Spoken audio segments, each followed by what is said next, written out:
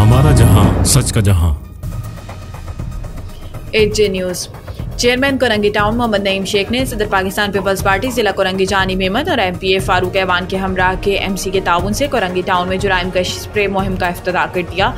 Spray मुहिम से malaria जैसे मूजी मर्ज का खात्मा हो सकेगा। जरासीम कश स्प्रे मुहिम कोरंगी टाउन की तमाम यूसीज में चलाई जाएगी और खास तौर पर नदी नालों, कचरा कुंडियों के अतराफ भरपूर स्प्रे किया जाएगा। नईम शेख।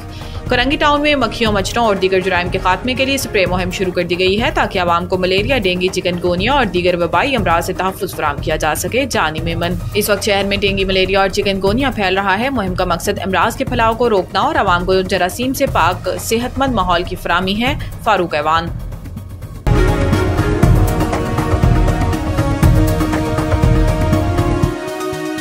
हमारा जहां, सच का जहां।